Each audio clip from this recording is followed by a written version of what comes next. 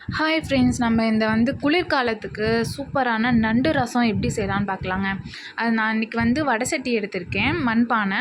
அதில் கொஞ்சமாக எண்ணெய் ஊற்றிக்கோங்க. 2 டேபிள் ஸ்பூன் ஆயில் சேர்த்துட்டு அது கூட கொஞ்சமாக கடுகு சேர்த்துக்கோங்க. கடுகு நல்லா பொரிஞ்சதுக்கப்புறமா நான் ஒரே ஒரு வரமிளகா சேர்த்துருக்கேன். நீங்கள் உங்கள் காரத்துக்கு ஏற்ற மாதிரி நீங்கள் சேர்த்துக்கோங்க. சேர்த்ததுக்கப்புறமா ஒரு 10 சின்ன வெங்காயம், ஒரு 5 பூண்டு, மிளகு, சீரகம் போட்டு இடித்து எடுத்து வச்சுருக்கேன். அதை உள்ளே சேர்த்துக்கோங்க. சேர்த்துட்டு நல்லா அந்த எண்ணெயில் ஒரு 2 நிமிஷம் நல்லா வதங்கணும். அந்த பூண்டோட ஸ்மெல் போகணும். நல்லா வதக்கி விட்டுருங்க. நெக்ஸ்ட்டு ஒரு மீடியம் சைஸு தக்காளி எடுத்திருக்கேன். அதை உள்ளே சேர்த்துக்கோங்க. தக்காளி நல்லா வதங்கணும். நல்லா வதங்கினதுக்கப்புறமா அது கூட நான் 1 டேபிள் ஸ்பூன் மஞ்சள்தூள் சேர்த்துருக்கேன். அதுக்கப்புறம் கொஞ்சம் பெருங்காயத்தூள் சேர்த்துக்கோங்க.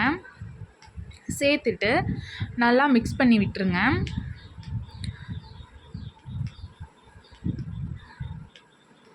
அதுக்கப்புறமா நான் நண்டு இருக்கு இல்லையா, நண்டோட காலுன்னு சொல்லுவாங்க, அந்த கொடுக்குன்னு சொல்லுவாங்க இல்லையா, கால், அதை நான் இடித்து எடுத்து வச்சுருக்கேன்.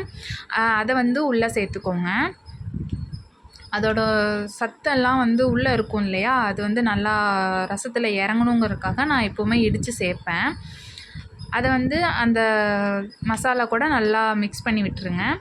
நெக்ஸ்ட்டு புளி ஊற வச்சுருக்கேன். அதை நல்லா கரைச்சி உள்ளே சேர்த்துக்கோங்க. சேர்த்ததுக்கப்புறமா உங்களுக்கு தேவையான அளவு தண்ணி சேர்த்துக்கோங்க. நான் இன்றைக்கி ஒரு டம்ளர் தண்ணி சேர்த்துருக்கேன்.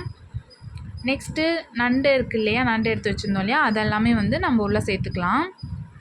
நண்டு எல்லாமே உள்ளே சேர்த்ததுக்கப்புறம் தேவையான அளவு உப்பு போட்டுருங்க.